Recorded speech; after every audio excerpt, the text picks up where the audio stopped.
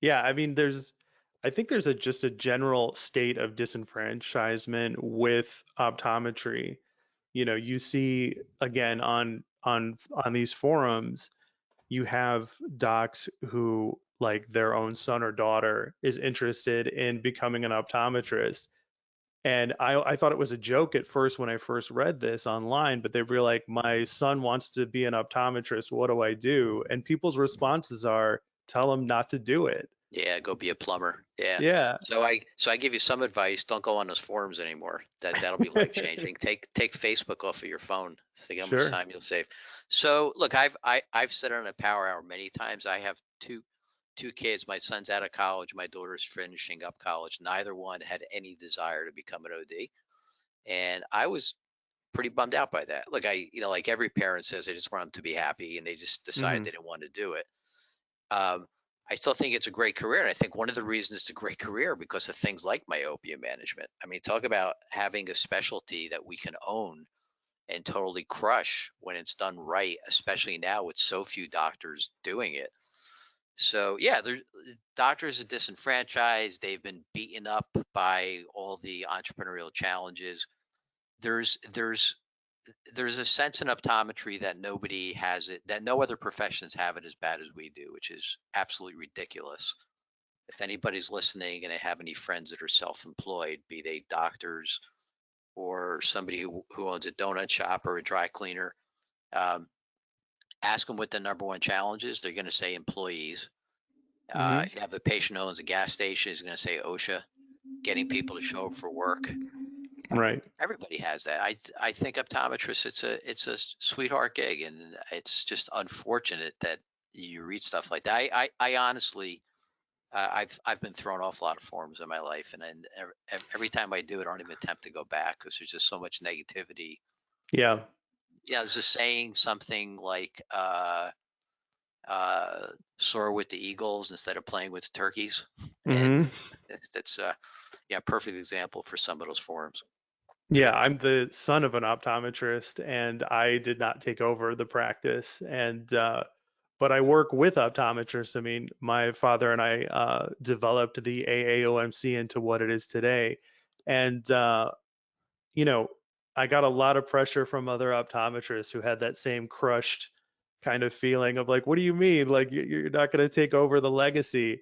And it's like my heart's just not in it. It's just not something I'm interested. I enjoy working with optometrists Right. way more than I enjoy being one. Would enjoy the idea of being one. Yeah, But yeah. Which look, you gotta love what you do. My frustration with myopia management is our treehouse-sized doctors that work with us. Once they get into the zone mhm, and we show them how to do it, these guys love two things. They love myopia management, mhm, especially when we get them from dabble to prime time. And honestly, they've told me that it's kind of sparked the interest back in their career. It's just so right, cool. Matt, think of it this way: we're taking an optical device, and with an optical device, we're causing an anatomical change. Like that is the freakiest thing ever. yeah, And I think that's where some of the disbelief comes from. How can you change the optics in a contact lens and make a kid's eye not grow bigger? Like, where does that come from? mhm, And it is. It's hard to believe that we can do that, but it's like the coolest thing ever that we can do. And then you look at all the things that are going on with combo therapy and atropine and the new types of atropine that are coming down the pike. It's an awesome time to be doing it. So doctors not doing this are really going to be kicking themselves. My concern is that ophthalmology takes it away from us and totally blows it. Like I said, they won't do it the right way. They're starting already. They're giving kids 0.01% atropine and calling it myopia management, which we already know doesn't work. That doesn't work as good as if they did something else. Let's put it that way. mhm. Yeah, I agree with what you're saying completely. I mean, I try to put myself in the framework. I mean, I didn't become an optometrist, but I'm trying to put myself in the idea of that mindset. Maybe that's where I'm going wrong here. Because, you know, the Academy, we're a nonprofit organization. We're devoted to research and education. We teach doctors how to do ORTHO-K and myopia control. And so I'm always trying to get into the mindset of someone who has gone through optometry school, has developed their practice with certain kinds of guidelines. You see the patient very quickly, you sell them on glasses and contacts, you adjust, and then say, I'll see you next year after which is better, one or two.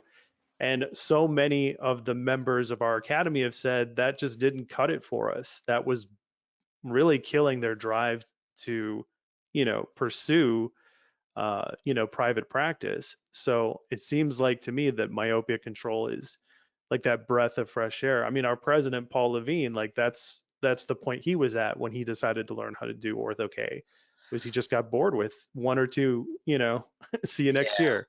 So in fairness to our colleagues, eyeglasses are about 700 years old. Mm-hmm. So we have been asking which is better, one or two, in one way, shape, or form for 700 years, and giving the kid a pair of glasses. So talk about forming a habit.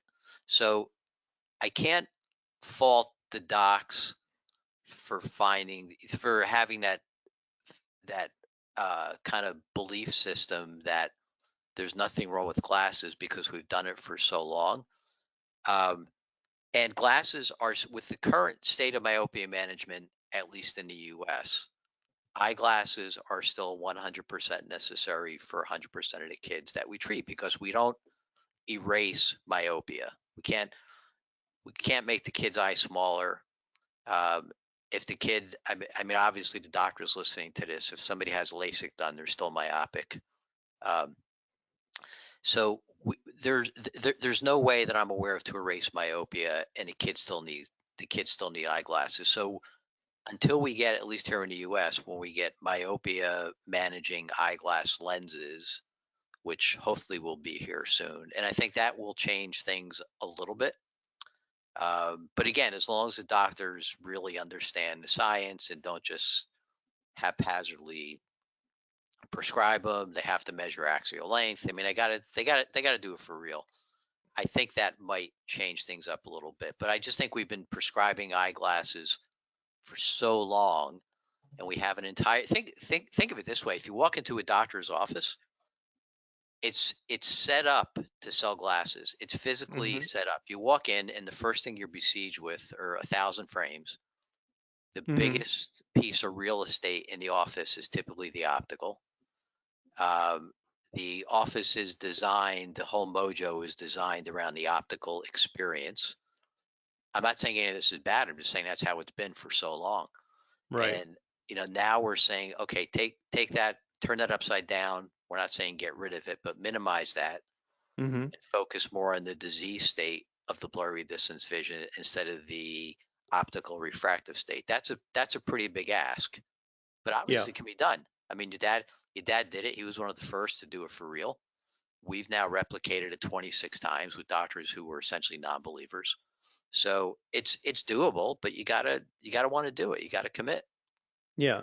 And speaking to the whole setup being designed around glasses, and yet, like, I'll have a friend who wants to show me an app where they can measure their prescription on their phone, where they can get themselves fitted for glasses through Warby Parker by using an app, where they can save money on frames, and just get their prescription. And I'm like, you're killing me here. I'm the son of an optometrist. What are you Yeah. doing? You know? But like that's the very real reality, is that the consumer is going to find these shortcuts or these more cost-effective options, and the technology is going to become more widely available to have them circumvent the process.